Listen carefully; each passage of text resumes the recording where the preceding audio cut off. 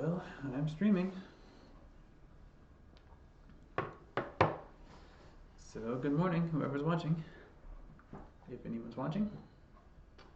I will start slowly to give you a few minutes to get online before I get into any content. Today I'm going to be talking about networking and mapping and showing you a couple of tools that you can use to do this module if you choose. While that's coming online, a couple reminders. You heard on Monday from Megan McIntyre. Megan is the current, web editor or web manager for the Blue and Gray Press. And she's looking for a successor because she's getting ready to graduate. So if you are interested in doing that, then please let me know and I can put you in touch with her or get in touch with Megan. She posted something on the Facebook group, so you might have seen it there. This is a good experience to get, a good resume item. Managing a large website, it uses WordPress, so you've probably had some experience with that, but this is WordPress at a much larger scale because you're dealing with a pretty big archive of things and then you're trying to manage it and keep it pushing things out there. So a good experience, a good thing to put in your resume. So let me know if you're interested or certainly talk to Megan. Another thing to remind you of is don't forget to do the weekly assignments, the end of the week things. Even if you have nothing to report, still do that so that I know you're checking in with the class. And because if you're not, then I'm going to start reaching out and seeing what's going on. So, all right, great. So up to 7 viewers. Good morning, everyone. Good to see you. Or good for you to see me, I guess.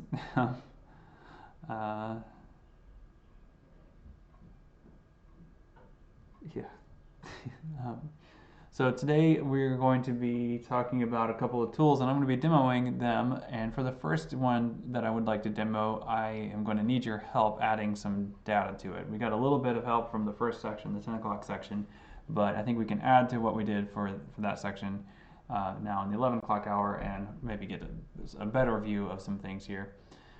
So I'm going to be talking about, again, both the networking module and the mapping module, and I'm really just going to be showing you these two tools here. One is called Palladio. This is a tool developed by Stanford, and then there's another tool called Kumu, which is just a third party, just a private company that makes this tool. And they're both pretty good, and they both have pros and cons, features that they have that are great and features that you wish they had that they don't have. So that's always the case with digital tools. You have to look at all of those pros and cons, all of those gaps, and decide which is the best fit for the thing that you need to do with it. So I'm going to hopefully give you a sense of those considerations for each of these tools, and then perhaps you'll find a project you can do with these if you choose to do either of these for your methodology module. So let's see. 7 viewers still? Yeah, this should be good enough. So this first one, this is called Palladio, and we need to build some data first before we where is it? Before we go into it, where's my? Oh, here it is. Okay. So this is kind of a silly map, maybe a little relevant. I don't know. I thought it would be useful to try to track locations in Fredericksburg or just anywhere, but let's stick with Fredericksburg area that might have toilet paper. Now these are all just might have toilet paper, we don't know for sure, but at the 10 o'clock hour I kind of went down Route 17 and I found different stores and gas stations that have a chance of having toilet paper. But let's see if we can add a few more of these. So this link, I've shared this in Slack. I'll share this again. For you all to add to. We're down to 5 viewers now. We lost a few. Maybe not. Okay. Good morning, section 2. Here's a link, and I'll put this. Maybe I should put this in the Twitch chat too. To an editable spreadsheet. Please add the lat/long locations for stores in the area that might have toilet paper in stock.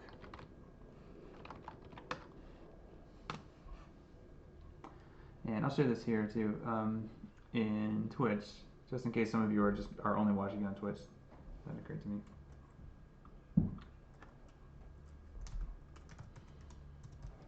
Good morning. Here's the first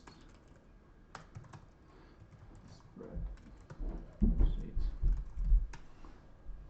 So here's how to get this information if you are available to help me. So it looks like I've got a dragon and a penguin on there. So good morning, dragon and penguin.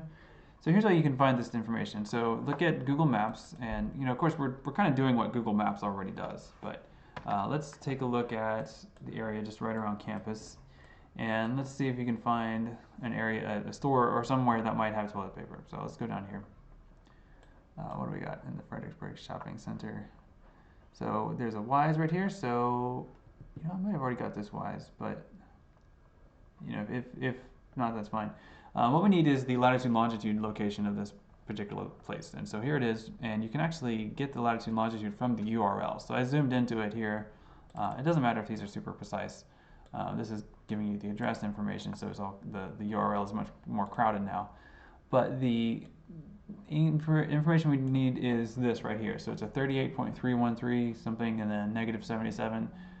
That pair, that's what we need to add here. So we just need to make it here. It's okay if there are multiple names of the same place in the first column.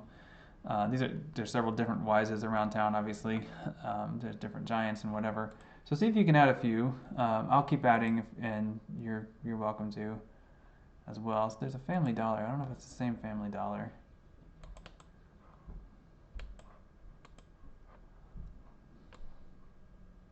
But I'll add it anyway. It's okay to have the same one twice, because really what we're going to end up with is a cluster of dots, essentially. So it's okay if the same dot happens twice. That's fine. And you'll see these are very close to each other. These numbers are very similar to each other. So let's see how many we can add. Let's keep going. Probably not any toilet paper at those stores or the bank.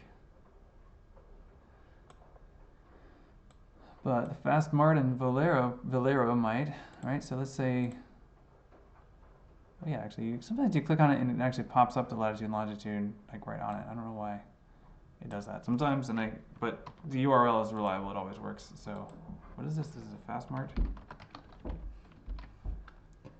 That was, why is it Faz and not Fast? It's just one of those things. Okay, so probably nothing down here. Probably not at the bank. I'm just kind of going down Fall Hill now. Hospice, yeah, no. It's kind of going down the street. Economy Food Market? What is that? That's not ringing a bell. But anyway, it looks like it's a food market, so we can do it this way. Yeah, Costco, of course, yeah. Basically any grocery store, any box store kind of thing. Different Walmarts. I'm going to keep going down this area of town. Hopefully you can kind of see where I am.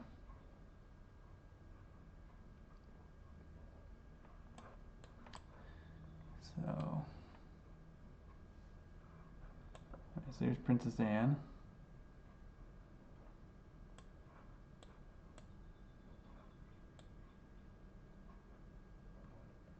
There's Carl's. Yeah, probably not toilet paper at the 2400 diner. World's best bras. It's fascinating sometimes. There are stores or companies that I've never heard of, and I'm like, it's interesting sometimes to see. Interestingly, this point is labeled home, but this is not my home. This is a store, I guess, named Home Incorporated. Okay, Hardee's, no. Not seeing a lot of possibilities down here. Which is kind of interesting if you think about it. Like, this was sort of a silly example, but one of the outcomes of this is, if you're thinking about someone, I mean, there's a lot of residential people. Like, a lot of people live in these blocks that I'm looking at right here, but there's nowhere to buy toilet paper within walking distance of these places, at least that I haven't mapped yet. So people who live here are going to need to drive somewhere to get toilet paper or just any groceries. Yeah, so really we have kind of a desert downtown. Sugar plus spruce, what is that? So yeah, I'm still looking and I'm not really seeing anything. Is anyone adding other things? Yeah, Aldi, yeah, good. We did find things at, we did find toilet paper at Lidl last week, by the way. I don't know if that's something you're interested in. Somebody added this but didn't add what that is. So let me see what that is.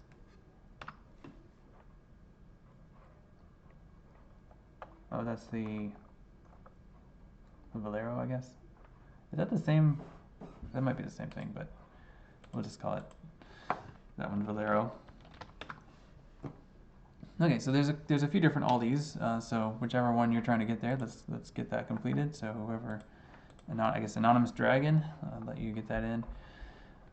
I'll see if I can add a few more while you're getting that figured out. Ultimately, we're just trying to make this as much of a list as possible. We're not trying to make this a toilet paper finding aid, really. This is not really what this will do. But we're trying to get just a sense of where it is, like where it might be, just to see where the distribution is and where someone might have a hard time finding it because there's fewer possibilities. So yeah, let me get this area. So there's a CVS. Yeah, sometimes you double click and it literally just gives you the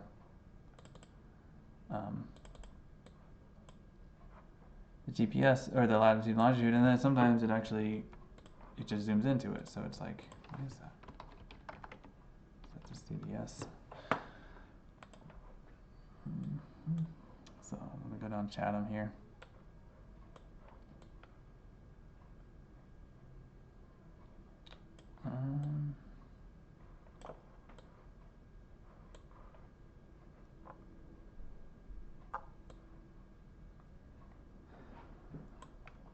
Yeah, Earl's might. I'll go and put Earl's here.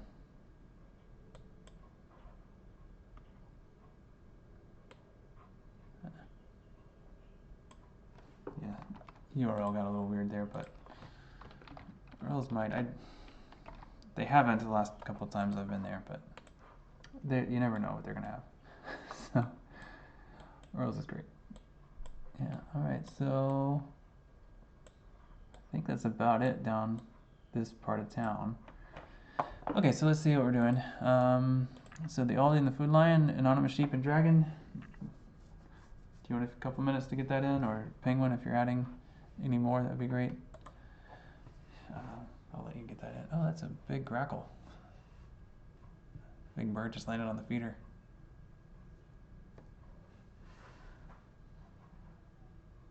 I need to refill the feeder because the squirrel has been all over it this morning, and also the squirrel has got the one that was out here this morning is not scared by me. Like I open it, I yell at him, I bang on the window, and then I open it and yell at him, and he just sort of stays there. I have to actually run out there and chase it, and then Okay, so you just added the actual. I think let's find out. I don't know if you notice these are formatted a little differently. I don't know if Palladio will automatically do both of those. I think it might though. So let's leave that there. But if that does give us an error, we'll take another look at that. What you have there is the more conventional way of expressing a latitude longitude pair, because it actually is noted in degrees and minutes and seconds. But I don't know what Palladio expects. I just did it with this basic decimal expression earlier. So Food Lion, is there a Food Lion? Where's the Food Lion? I'll just go ahead and look for it here so I can find it. Because I thought all the Food Lions had turned into Wises. Yeah, that one's a Wise now.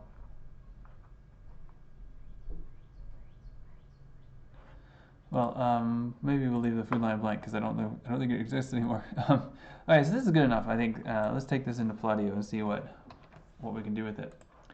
So, as I said, there's different pros and cons of each of these. Palladio is here. Let me see. Now, if you want to play this, you can do this yourself. If you want to try this yourself in Palladio, you can. This is not something that, like Google Sheets, where it's the same document that we'll be editing. Like, this is actually our, this is actually being built in our web browser. This is being built in my web browser, and if you do it, it'll make it in your web browser. That is one of the disadvantages of this tool, actually, I think. So let's do this. There's a blank line we don't need. Okay, so it looks pretty good. Let's hit load and see how it does. Okay, good. So this is the preview of what it interpreted. It said it found 23 rows, which I think is right. And that was a test earlier. Yeah, well, 20, close enough anyway. And let's see, possible TP sources. And let's get this, yeah, whatever. Okay, so this is just a preview of the data, how it interpreted it. If we want to look at it and see it, we could look at it as a table in here, and we could actually refactor it on different facets if we wanted to, but we don't need to do that. We're just interested in mapping it. So the map view is the main thing that Palladio does very quickly and very elegantly, I think. And that's, I think, the main advantage of using Palladio. One disadvantage is you're not creating something that you can send people a link to. So this is not like Timeline.js or Storyline, where there's this thing that you can embed in your browser or send people a link to and they can see it. You actually have to download it from here or take a screenshot of it or do some other things to export it from this view of it. So I think it might be possible to host a copy of the software on your own domain and then run it live from your domain, but that's really not necessary. I mean, that would be overkill for this project, certainly. So that's something just to keep in mind with this. Okay, so over here, the tiles, it has a tile layer already. That's what it calls the map that we can see, and this is a map we can move around in. They have different maps available, but this one's different tiles available. This is the basic land tile, and this will work. So let's add a new layer here. We'll just call it TP locations. And this is going to be points because we just have points. We can do a point-to-point one later, but we'll need a different kind of data for this. So for places, we just click here, and location, that's what we called that header here. So this column is labeled location, so that's what Palladio picks up as its as an option, because it's a latitude longitude type of data, and it seems fine with that one that was written differently. It hasn't reported any problems. At least we can look into it a little bit more. Actually, the row count was different, so maybe we should double check to make sure that one got included, but we'll proceed anyway. For tooltip label, this one I can't seem to make this work, so maybe I'm missing something, but the idea anyway of a tooltip label is usually you hover over a point and then you see the text for that, and we're not really seeing that, so I'm not sure why. Anyway, hit add layer, and I should add it. There they are. I saw them. Where am I in my map? There I am. Lost track of where I was. So yeah, you can see there's kind of a cluster out here. This cluster up here on the left, that's Route 17, and so that's where I started this morning. But you can see more around town. It's a little bit more spread out. Interesting how that's spread out that way. Now this is a little hard to read without seeing the streets, so we can add a streets tile and make that a lot easier to kind of orient ourselves geographically to where different things are. So I think, if you went down Route 1, you would probably find a lot more than that. So this is not a comprehensive set of dots yet. But I think you can start to see how this might show you where the clusters are. I think the clusters would probably be not in Fredericksburg itself as much as these different arteries on Fredericksburg. So Route 1, Plank Road, Kings Highway to some extent, White Oak to some extent, those different ways into or just outside of Fredericksburg are going to have a denser concentration of potential toilet paper sources. And that's something that you would start to see more clearly with the more data you added to this. So that would be interesting to keep track of. Not because this is telling us where toilet paper is now, but kind of showing us where people might have a harder time getting access to it. And if we zoom out, right, I mean, you can imagine that if we had a comprehensive set of dots here, then, well, obviously that's quite zoomed out, but I would imagine that Caroline and King George, that you would have much wider gaps between potential stores. And this is actually a real problem. I mean, it's sometimes called a grocery or a food desert, right? I mean, we're talking about toilet paper here, but if you think about groceries, most of these are grocery stores. There are some places where people have to go pretty far to get to a grocery store, even not very far from us. So if there's a lot of people out there, King George or Caroline especially, it's pretty rural. I mean, you're probably driving into Fredericksburg to go to Walmart. So that's the challenge. And also even downtown, as you saw downtown, there's not. If you live downtown, you pretty much have to drive out to Costco or drive out to Walmart, as opposed to just walking to a grocery store. I think one of those new blocks, those new things going in that those 2 blocks downtown might have a grocery store coming into it, but they don't yet, obviously. I don't know if you're in Fredericksburg at all right now, but it's been interesting over the last week or so. The Freelance Star building has been destroyed. It's gone. It's crazy. That's the building next to the cemetery. So if you're thinking of like walking from campus to downtown, like to Castiglia's or whatever, just past Sugar Shack, right? So you pass Sugar Shack and then you start going up the hill. There's the cemetery. Then just past the cemetery, there's the Freelance Star building, or that's where the Freelance Star building was. But it is flat. It's crazy. I mean, it's crazy in how different it is compared to what it used to look like. But it's been empty for a while. It's fine. It makes sense to move on. Okay, so that's one way to use Palladio. Let's try a different thing with Palladio. We can do this. This is something we started I started with the 10 o'clock section. And we can do more than just mapping dots with Palladio. We can actually map movements. We can map trajectories or connections between places. And that's what's really key about Palladio, is the connection between places. So I thought it might be interesting to see where we all are now. Normally, at this hour, it seems like thousands of years ago, but we would normally be in the HCC, room 327. So this is a way to kind of capture where we have ended up at this point. Now this stream is going out live on the internet and also will be archived on YouTube, so I don't think you should put your real name and latitude longitude into that kind of format here. But if you give some approximation of it, I think it would be interesting to see just kind of generally where we are geographically. So this is another spreadsheet, and I'll share this again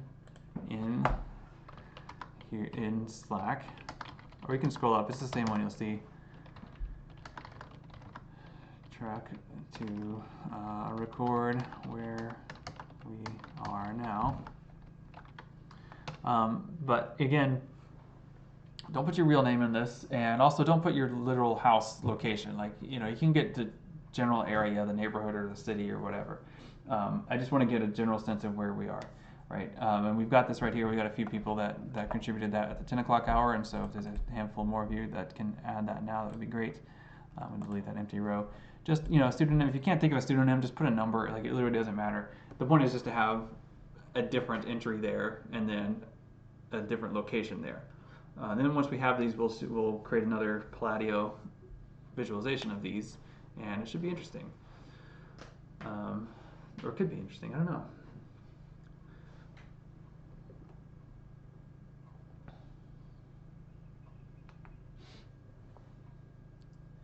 The woodpecker's back.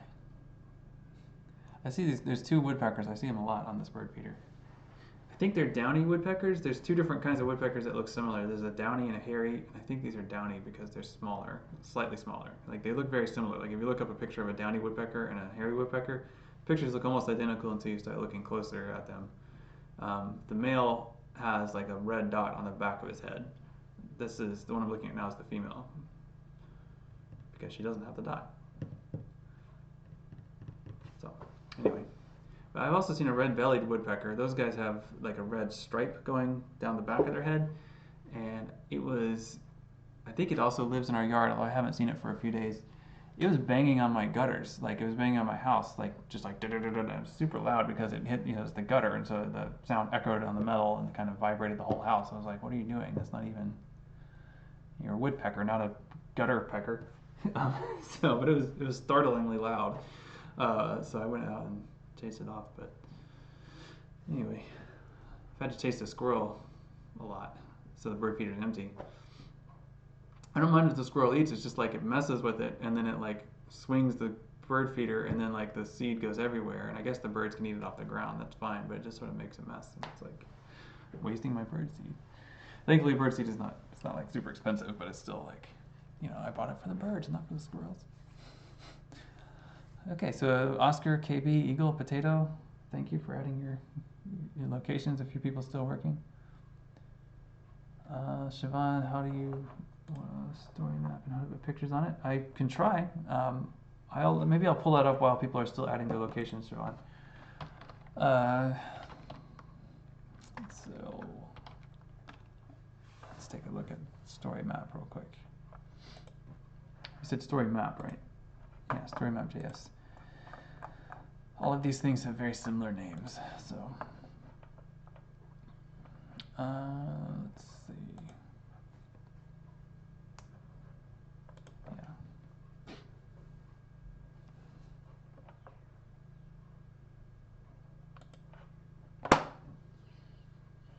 So this is a slight tangent here. This is just answering Siobhan's question. So I will get back to Palladio after you've all added your things there. So this is, what are they doing? This is my title slide, blah, blah, blah. Okay, headline, title here, description here. I think, okay, so it looks like you can do an image two ways, Siobhan. So it looks like you can either link to an image that's hosted already on the internet, or you can upload it. I feel like I have not had a lot of success with the upload, but let me try it. Okay.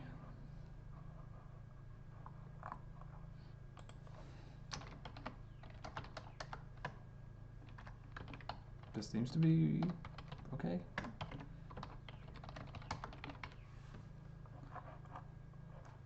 Okay.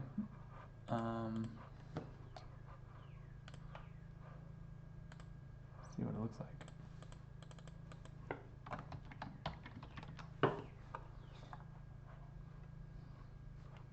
Okay. That seems to have worked okay, Siobhan. That was just uploading it. So was that your question, or did you have a problem with it? Maybe. If you had a problem getting it to work, then let me know and I can try to do that. Let me show you the other way. Let me show you the other way. This is, I don't know what this was, but I think you can also do a URL to media. So this would have to be an image that's already uploaded somewhere. Let me see if I can think of something safe to Google. Let's choose this.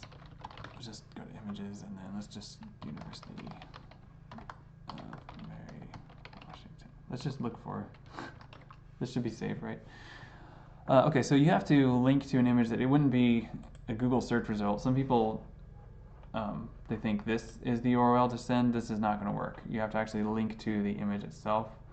And this is a pretty good shot. I guess somebody was standing on the roof of the library. You have to actually view the image. And this is interesting. They've really obfuscated the image location here. I'm not sure. Usually, so you usually have to have this end in JPEG for this to work. I don't think this is going to work. Let me try it.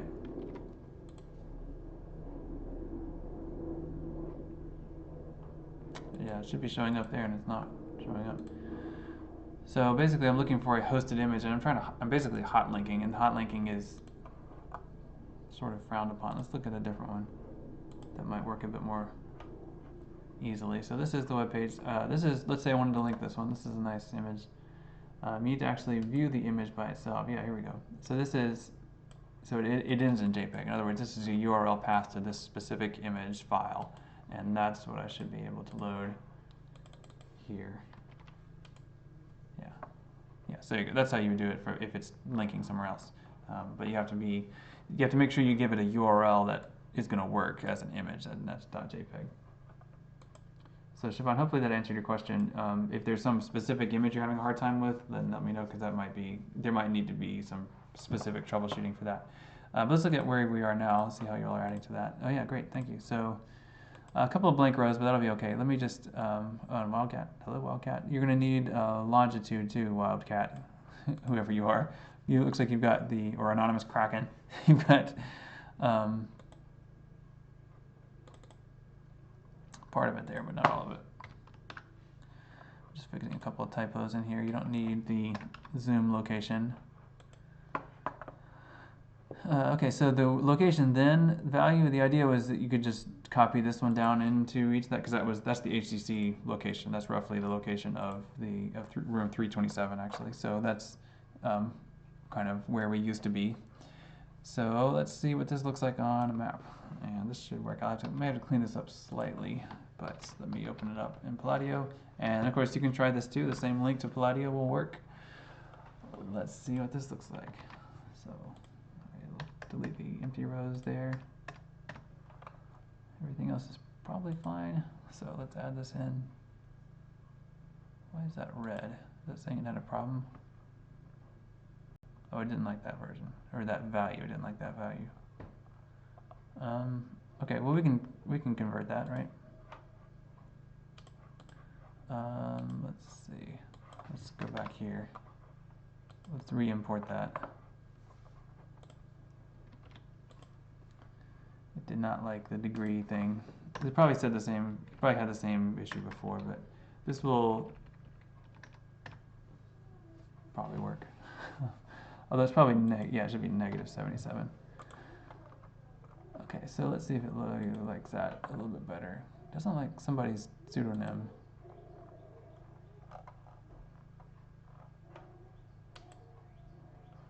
Oh, I think it just didn't like. It was worried about the colon, but that's okay.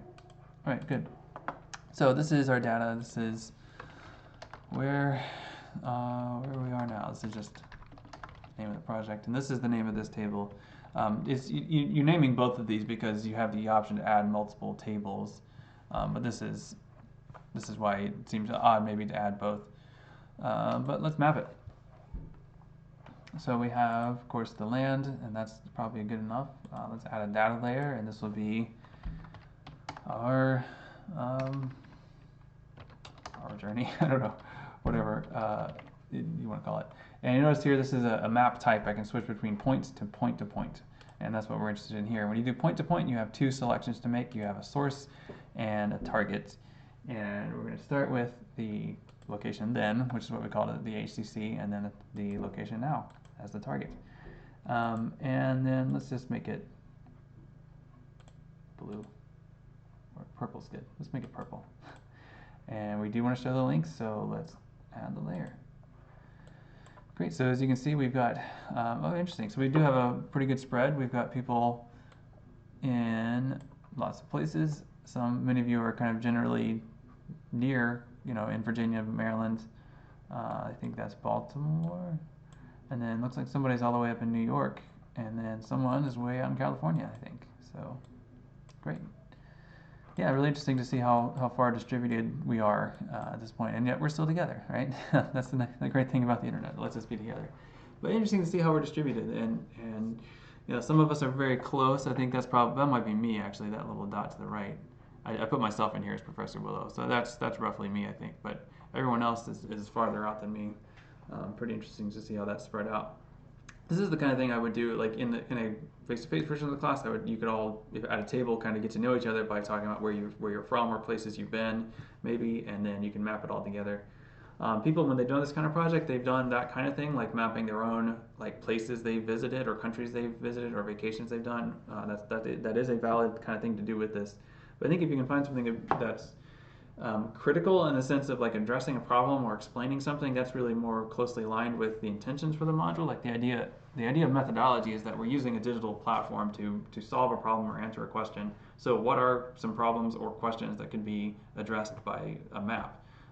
You've got some different things you could think of, I imagine you can think of different things. Sometimes, Palladio is actually intended for, and the way it's described here, a lot of it has to do with the discipline of history. And so if you want to understand their sample data has to do with relationships between people and movements through Europe, I think, for philosophers, I think, or something like that. So that's something that is a historical question, a question of that a historian would be interested in answering, and they use this tool to explore those kinds of questions. So that's Palladio. If you did something like this, you can download it. The download that you get is a JSON file. JSON, JSON, is a JavaScript data format, and so you can save that and then you can re-upload it. You can't really share that JSON file. It just looks like code and it's a bunch of numbers. It's not very it doesn't look like anything. So you wouldn't be posting that on your blog. I mean, you could make it available for people to download if they wanted to. But what would probably work better is instead of that is actually just so if this little button here, if you click that, it'll reframe the view so that it is showing you all of the points, and then you can take a screenshot of that. This one's a little awkward because there's such a tight cluster over here around in Virginia, and then we do want to see this one person that's way over here. So you might want to do multiple screenshots of different, like if I were doing this, I'd probably do one overview kind of screenshot, and then another one kind of zooming in on the East Coast, maybe. Or maybe just get this slice out, something like that.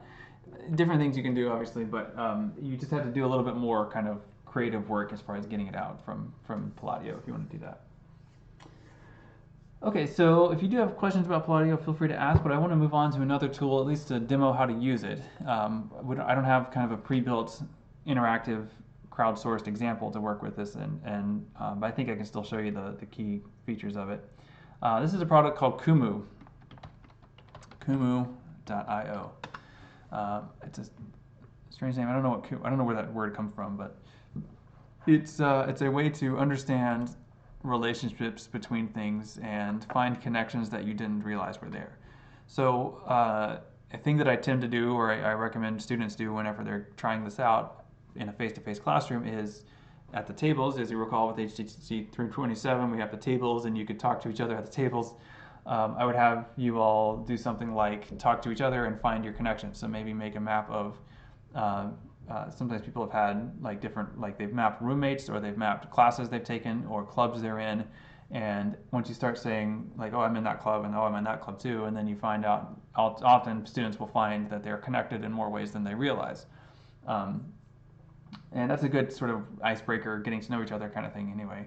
Obviously, that's not something we should do in this broadcast, but if you're thinking of what kinds of things Kumu could be used for, that might help a little bit.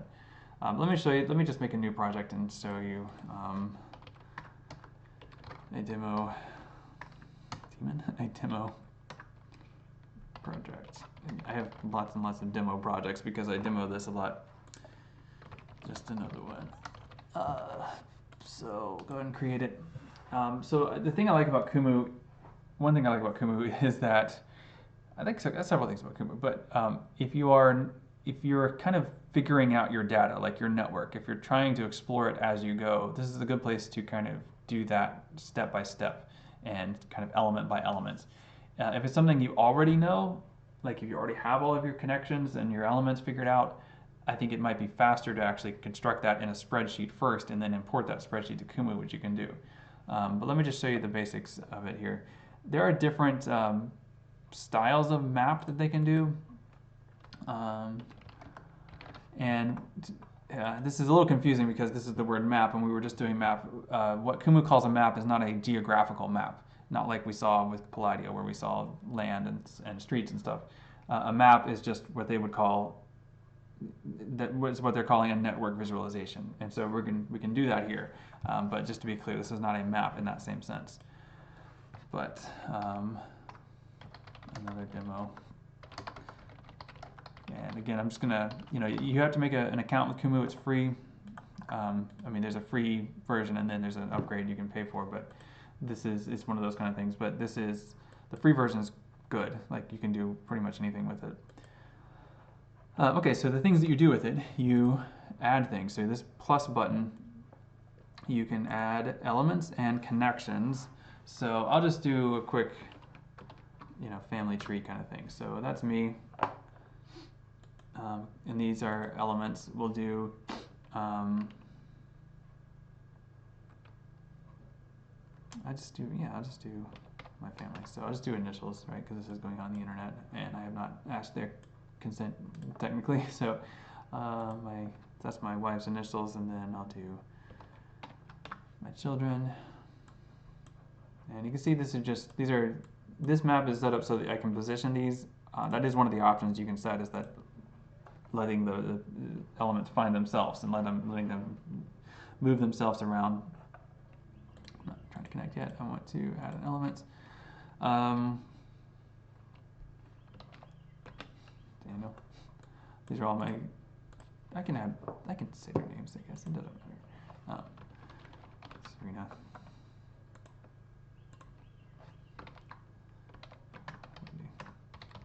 Okay, so these are my children. So this is me, right?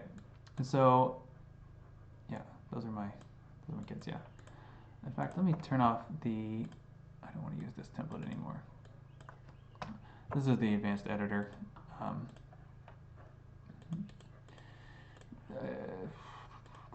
Let me see something.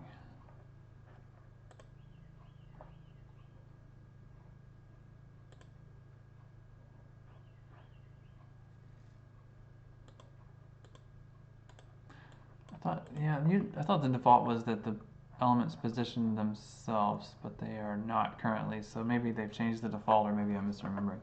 Anyway, this is not a network graph yet. These are just dots. And the thing we need to add are connections. And the two primary things that Kumu does that you need to know about are elements and connections. There's other things to it. You can do sketches, which is like like an ad hoc grouping, or you can do looping, and you can also make essentially a slideshow out of this. You can do views of it. It's a very rich tool, actually, but the basic things that you're doing with this is adding elements and then adding connections between those. So you click connection, and then you can do ZW. One thing I wish it had is tab completion. It does not have that. To Wendy, my daughter. So that'll then hit enter. So there's a dot. There's a line there. I can do ZW to SW. I can do a connection. CW to CW. Connection. CW to DW.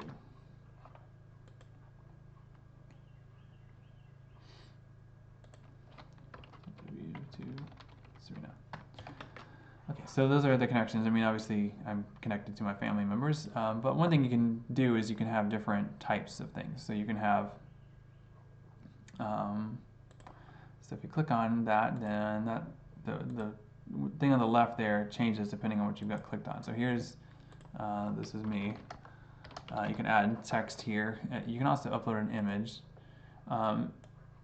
But I wanted to show you with the connections can also have fields on them as well. So this is a type of connection, and we'll call this spouse.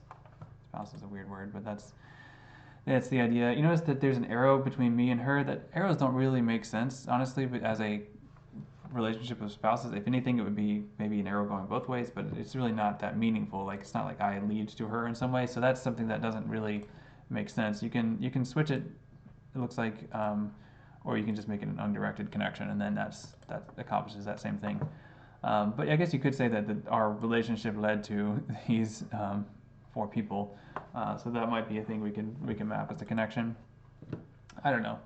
Other things, let me show you some other networks to show you I guess a more conventional use of Kumu that might illustrate it a little bit better. What is this? Okay, so I've used this for many years, and I've got lots of random projects in here that I'm trying to remember what I did with these, why I did these.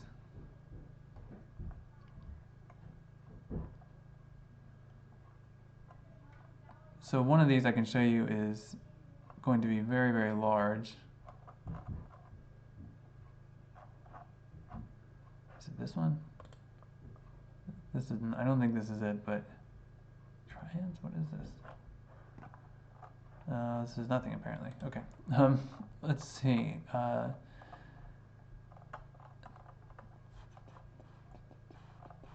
So this one, intertextuality, this is a big one. Like, it's going to be a lot, so it might actually glitch the stream a little bit, but we'll try it anyway. This is a project I did with a class, and we were trying to understand intertextuality. We're trying to keep track of books that had quotations or references or adaptations of other books, And this is the more kind of the automatic view that I was showing you, where or that I was mentioning earlier, where it puts things in a place where it thinks they should be. This is somewhat graphically intensive, as you can maybe tell. It's using a lot of my processor right now, and but it's pretty neat. Like, you can grab the thing and it kind of wiggles, and that's kind of cool looking. I don't know. The point of this was to show the massive amount of complexity when we were trying to understand how books relate to other books. And you can see clusters. We started with Alice in Wonderland. I think that's going to be Alice in Wonderland right there. Yeah. And then we started branching off from there. So we looked at adaptations of it and sequels, and then sequels of those sequels, and then references to those. Like, so this is an episode of The Simpsons that makes a reference to Alice in Wonderland. And so any kind of interreferentiality, we included those kinds of things. And we have different kinds of connections. This got very complex, and I think something is not, like, the images don't seem to work. We did have images on this. I think something's happened to them, or at least either well, you saw that there's that one. So I don't know why I can't see it on the actual map view. It should be showing. Oh, maybe I'm just not zoomed in enough. Yeah, there you go. So you can, as I zoom in, you can start to see their names and their thumbnails. So yeah, there's a lot going on here, and really the point of this was to be a mess. Like, this wasn't really to help us understand much, except for some of the more prevalent clusters, which is what we end up discovering. And you can do some of that kind of thing within Kumu. If you upload the things in here, you can do this thing called blocks, and you can do not community detection. Although, well, maybe we can do community detection. You can do this basically social, like, network analysis within here, and so it's pretty cool. Let me show you the social network analysis stuff. Different connectednesses. This is going to give us things that aren't super surprising as far as being influential, right? But it's still, it's still, like, in this case, we knew ahead of time that Alice in Wonderland was going to have a lot of centrality. But we ended up with a few other things as well. Johnny Depp, for example, shows up here pretty high. We had to decide on including people as a kind of reference, because the idea that Johnny Depp appears as the character in the Alice in Wonderland movie, he is a kind of persona that shows up other places, and he is kind of always playing certain types of characters, and so we thought that was a kind of textuality that we wanted to add as well, and so we included him as an element. Anyway, so this is actually a very complicated map, and the way we made this was not using Kumu directly. Kumu was kind of the secondary part of it. Instead, we constructed it in a spreadsheet first. This is a different Kumu map, and unlike Palladio, you do have to be pretty specific in how you construct your spreadsheets for Kumu, but once you do that, it'll automatically update from both places. So you can just update your spreadsheet or keep adding to your spreadsheet, and it'll instantly, or within a few minutes anyway, it'll apply it to Kumu. That's kind of nice, because as you saw with this little thingy here, the adding and that can be kind of fidgety and kind of slow. So if you just already have your stuff, or if you think it's faster to do it in a spreadsheet, you can certainly do that. I was trying to map out a Choose Your Own Adventure book called Escape from Tenopia. Let me see if I can pull that up. Nope. And so the name of each element is a page number, and these are what I was trying to keep track of is the number of branches and structures in this book. I don't actually remember why I made this map, other than I can look at it now and kind of recognize what I think is interesting about it. This is an unusual Choose Your Own Adventure book. A lot of times Choose Your Own Adventure books are advertised with like 15 possible endings. This is a book that had only one ending, and so it was kind of like a game of trying to figure out, how do I get to the end? And it's really complicated, and you can see that complexity here. There's lots of back and forth. The whole premise of the book is that you're stuck on this planet, Tenopia, and you're trying to escape. And this is the only escape right here, is page 100. So you might find that page just by flipping randomly through it, but that would be cheating. To get to it the right way, you have to actually make a series of correct decisions in terms of how you proceed through the book. And then eventually you end up here, and you can see that path here. You can see that there's actually a couple different ways into this this successful ending, and that was surprising to me that there's actually two possible strategies and that could succeed, and they both end up here. And once you get here, once you get to page 118, you're pretty much on the path to exiting the planet. But you have to get there first, so it's a tricky kind of book. Anyway, so this is a more kind of structured use of a network to explore something significant about a literary work in this case. And it just makes kind of a cool shape too. This is that free-floating version, so as I move it around, they'll kind of position themselves accordingly. But it's pretty neat looking. Kind of looks like a mouth. Okay, so I've been going on for a while now, so it's time to wrap it up. Siobhan, I hope I answered your question about story map. JS, if not, then let me know or reach out separately and I can follow up with that. I think on Friday what I'd like to do is have an open session where you all can join me and kind of tell me how you're doing and what methodology project you're going to be working on, and then I can see if I can help you figure things out. So I don't know if it'll be Zoom, but it might be something other than a stream, basically. So I'll send you instructions for that once I figure that out. I wonder if we could use Slack for that, actually, come to think of it. Oh, okay. Interestingly, I just was looking in Slack. It looks like you can talk to up to 15 people in Slack, like on a Slack group call. But that's usually about the number of people I get in these live streams at a time. So maybe we'll try that. I don't know how that works. Like, I don't know if that's something you could join late or if it would be. I don't know. Maybe it's fun. It's always fun to try things. So maybe we'll try that on Friday. I'll let you know how we do that.